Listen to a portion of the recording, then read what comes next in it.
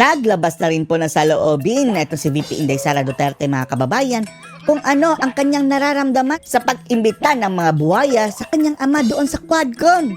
Kampante po si VP Inday, mga kababayan, na prepared ang ating dating Pangulong Digong na humarap dito sa mga buhaya. At prepared nga, mga kababayan. Oh, di ba?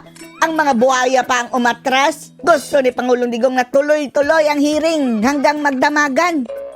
Sabi ng mga buhaya, ayoko na. Oh, narinig nyo? Si Dan Fernandez, mga kababayan, nakuha sa video ang kanyang boses na sinabi ni Dan na ayoko na. Panoorin po ninyo, mga kababayan, ha, ang pahayag ni VP Inday Sara Duterte. Pero bago po yan, gusto po lang nating pasalamatan, mga kababayan, itong napakabait nating mga viewers. Katulad na lang nitong si Madam Lorna Ferguson. Oh, thank you so much po, Madam. At ang kababayan natin si Fresco Daily PH. Na ang sabi pa niya na kung siya lang daw si Tatay Digong ay hahampasin daw niya ng kaldero. Oh. Si Trililing, sundalong kanin, mga kababayan. Thank you so much for Fresco Daily PH. Narito po ang video. Should you worry about the former president? Do I worry about the former president? I don't Kayang-kaya ni Tatay yan. think na pupunta siya dyan kung sa tingin niya hindi niya kaya Oo. or na mahina siya. Fully prepared, mga kababayan. Inantay lang niya, mga kababayan, na sabihin na lahat-lahat nila yung kanilang mga birada para masagot niya ng isahan. Hindi na siya pabalik-balik dyan. Health-wise. So, he'll be okay. He'll be Bakit okay. tingin nyo hindi magkakaroon ng fair hearing si Pangulo Oh. sa Quadcom? Why do you think it will not be fair? Tulad na lang din ng Di ba, mga kababayan, wasak ang kanilang mga propaganda, yung mga reward system, mga kababayan. Oh, inamin na. Nga sila, mga kababayan, di ba? Tapos napagmukha pa dito ang talaga, yung scriptwriter daw, mga kababayan, itong Quadcom hearing na si Trililing, muntikan pang masampal ni Digong doon. Na basura o recycled na naman ang kanyang mga tirada kay Digong. Yung binasura na ng taong bayan ng kanilang mga ebidensya. Las Cañas, Matabato, yung mga bank accounts na naman ni Duterte na wala nang pumakagat doon, mga kababayan, di ba? experience namin sa House of Representatives. So, they use the rules according to their pleasure. Correct. Yung rules ng House of Representatives. Makikita Mag-ama natin. talaga ang pinunteriya ng mga ungas, mga kababayan, no? Ng Kongreso. Wala na bang ibang problema ang ating bansa? Nakalimutan na ang mga flood control, mga kababayan, no? At mga kabalbalan ng ginagawa ng Marcos admin. Habang busy tayo dito, mga kababayan, silently, yung mga grupo ni Ngag-Ngag, ano-anong mga kababalaghan ang ginagawa dyan in the background para hindi sila mapansin. Oh. Na kahit unconstitutional na yung rules ay ginagamit pa rin. Kahit wala sa rules ay pa rin, gumagawa Go sila beyond ng the kung rules. kung ano. Para mga investigador. Ang sarap pakinggan, mga kababayan, no, na sinabi nila ating Pangulong Digong, ano ka, investigador? Bakit yes or no? Ang daming natamaan, mga kababayan. Yung mga nagmamagaling na mga kongresista na bahag ang buntot sa harap ni PRRD. As Yung lagi nagsasabi, yes or no lang. they do their hearings.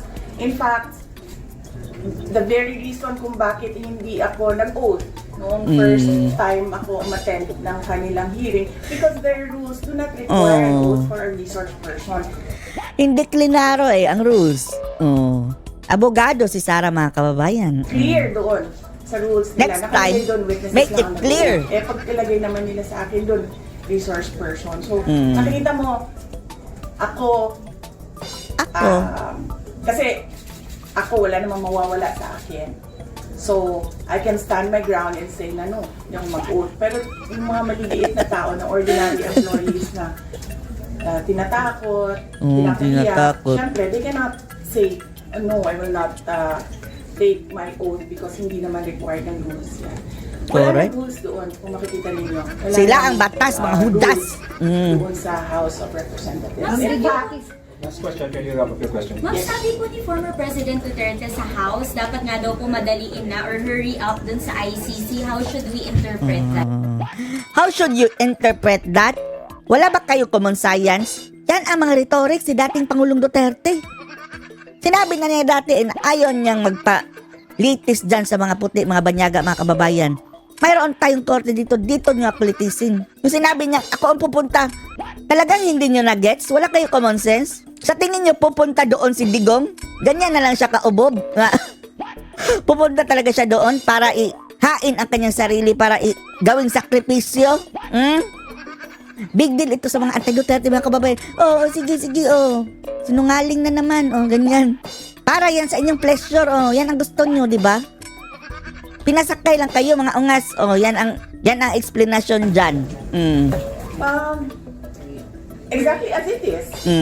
Gusto niya na siguro na ipagsabay na yung investigation ng Quadcom. Tapos sabi ng mga kongresista, mga kababayan, kung problema mo lang ang pamasahe PRRD papuntang ICC, paano kung mayroong mag-ambag-ambag para bigyan ka ng pamasahe? Kumagat naman ang mga syunga, mga kababayan. Sa EJK and ng ICC sa EJK para siguro Tapos kumagat din si Ngagnag, ha? Although sinabi niya, mga kababayan, at talagang we stand on our first statement na yung ICC walang jurisdiction dito. Pero ganyan. Kapag mayroong request ang ICC sa Interpol, ay tatalima kami. Double speak ang bangag, mga kababayang Ngagnag. magawa na at matapos na. But does that mean kinikilala niya na yung jurisdiction ng ICC? No! Well, that I do not know. That is Umalis na nga eh. question that has to be answered by the lawyer of former president. Ma'am, did you at least try to Thank you. discourage him from attending?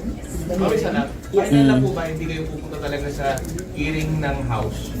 Oy, pupunta daw, mga kababayan, si Sarah. November 20, another marathon na naman, mga kababayan, ng hearing The sa... last time na inimbita nila ako was yung first.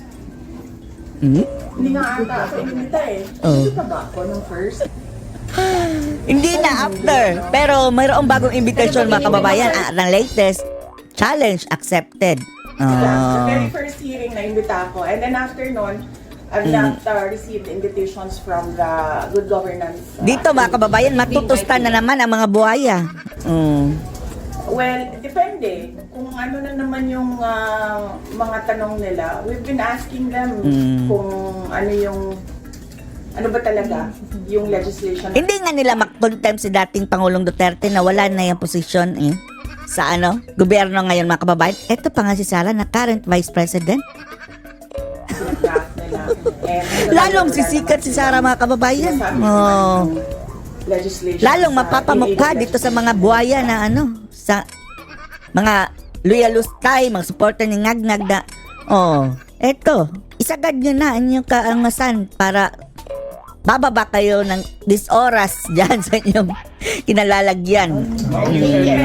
Okay. Ano masasabi niyo dito, mga kababayan, sa pahayag ni VP Sara Duterte? Post your comments below.